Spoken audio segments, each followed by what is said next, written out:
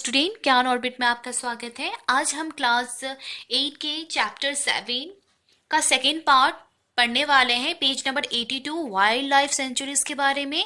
तो चलिए शुरू करते हैं। अब हम पढ़ते हैं वाइल्ड लाइफ सेंचुरीज के बारे में। तो देखो, वाइल्ड लाइफ सेंचुरीज यानी जैसे कि रिजर्व फॉरेस्ट, ठीक है ना, फॉरेस्ट को रिजर्व करना। तो ये प्रोटेक्शन प्रोवाइड करता है वाइल्ड एनिमल्स को, ठीक है।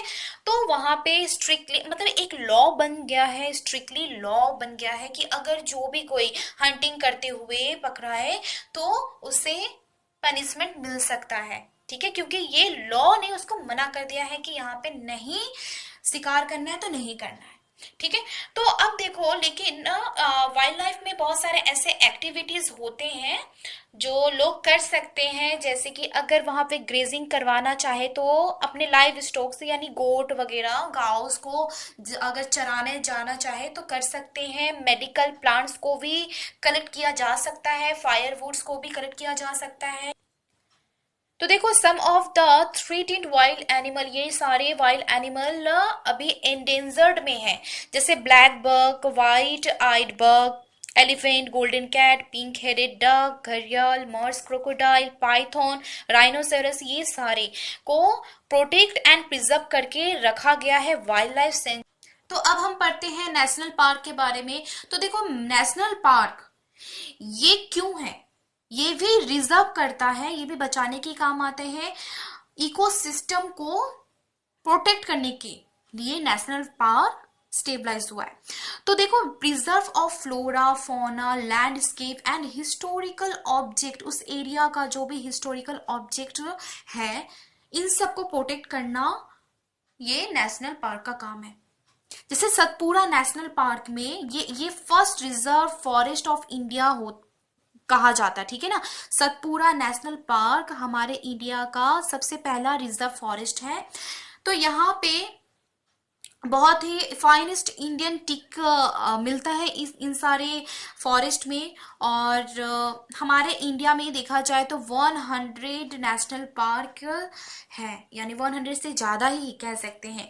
तो देखो, सतपुड़ा नेशनल पार्क में कुछ ऐसे रॉक्स मिले हैं जो प्री हिस्टोरिक ह्यूमन लाइफ, यानी पहले के अर्ली ह्यूमन वाले जो भी थे तो वो जंगल में कैसे रहा करते थे उसका एविडेंस मिला है, उसका प्रूफ मिला है। कुछ ऐसे रॉक शेल्टर, ठीक है, रॉक पेंटिंग भी मिला है जिसमें कि 55 रॉक शेल्टर जो बायोस्फीयर में है, पचमारी बायोस्फीयर में।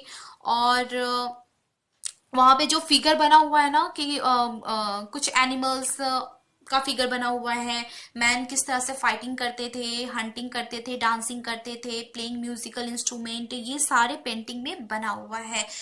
तो यही था एविडेंस। तो देखो, सतपुड़ा टाइगर रिजर्व पर written on it project tiger.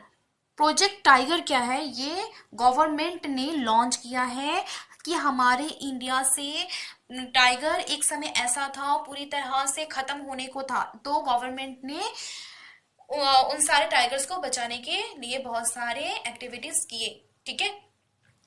Tiger is one of the many species which are slowly disappear, ठीक है ना, हमारे फॉरेस्ट से ये स्लोली डिसअपियर कम होते जा रहा है। लेकिन सतपुड़ा टाइगर रिजर्व ये एक यूनिक है जहां पर टाइगर का पॉपुलेशन इंक्रीज होता है, ठीक है। तो एक समय की बात है, लायन, एलिफेंट, वाइल्ड बफेलो, फिर बारहसिंगा, ये सारे सतपुड़ा नेशनल पार्क में मिलता था। तो एनिमल हुज नंबर आर डिमिनाइजिंग, यानी कि उन सारे एनिमल जिसका नंबर धीरे धीरे कम होते जा रहा है, तो उन सबको इंडेंजर्ड एनिमल्स कहते हैं। ये रहा, ये है वाइल्ड बफेलो, ओके। और फिगर 7.6 में आप देख पा रहे हो ये बारहसिंगा है, ठीक है। तो ये सारे इंडेंजर्ड एनिमल है, यानी अब ये खत्म होने के कगार में है। तो नेक्स्ट पढ़ते हैं इकोसिस्टम के बारे में। An ecosystem is made of all the plants, यानी कि जितने भी सारे प्लांट्स, एनिमल, माइक्रो ऑर्गेनिजम्स और उसके साथ नॉन लिविंग थिंग ही क्यों ना हो, उन सबको इकोसिस्टम कहते हैं, ठीक है। नॉन लिविंग थिंग जैसे कि क्लाइमेट, सॉइल, रिवर डेल्टास, ये सारे इकोसिस्टम में ही आता है। तो नेक्स्ट है 7.9 में रेड डेटा बुक, ये बहुत इंपॉर्टेंट है। तो देखो रेड डेटा बुक होता क्या है, ये रिकॉर्ड को रखता है, जितने भी सारे एंडेंजर्ड एनिमल्स हैं या प्लांट्स हैं इन सबको रिकॉर्ड करके रखता है, ठीक है। तो red data book is maintain internationally by an organisation, India also maintain red data book. यानी कि रेड डेटा बुक में अगर किसी भी एनिमल्स का, जो लुप्त होने वाले एनिमल्स है, उसका रिकॉर्ड हो जाए तो हम लोग क्या है और ज्यादा सतर्क हो जाएंगे कि हाँ चलो ये एनिमल कम होने वाला है तो इसको बचाना है, ठीक है। तो खुद ही अवेयर होने के लिए रेड डेटा बुक का इस्तेमाल करते हैं। इंटरनेशनली भी बहुत सारे ऑर्गेनाइजेशन इसको मेंटेन करता है, हमारे इंडिया भी मेंटेन करता है। अब पढ़ते हैं माइग्रेशन का मतलब क्या होता है। तो देखो माइग्रेशन क्या होता है, जब कोई एक चीज, अब एक एनिमल हो या बर्ड्स हो, जब अपने स्टेट, अपने कंट्री को छोड़कर दूसरे स्टेट में या दूसरे कंट्री में आ जाए तो उसे कहते हैं माइग्रेशन, ठीक है ना। तो देखो कुछ ऐसे बर्ड्स होते हैं जैसे migration of fly to far away area every year, यानी बहुत सारे बर्ड्स जो हर साल क्लाइमेट चेंज की वजह से एक जगह से दूसरी जगह तक मूव करते हैं।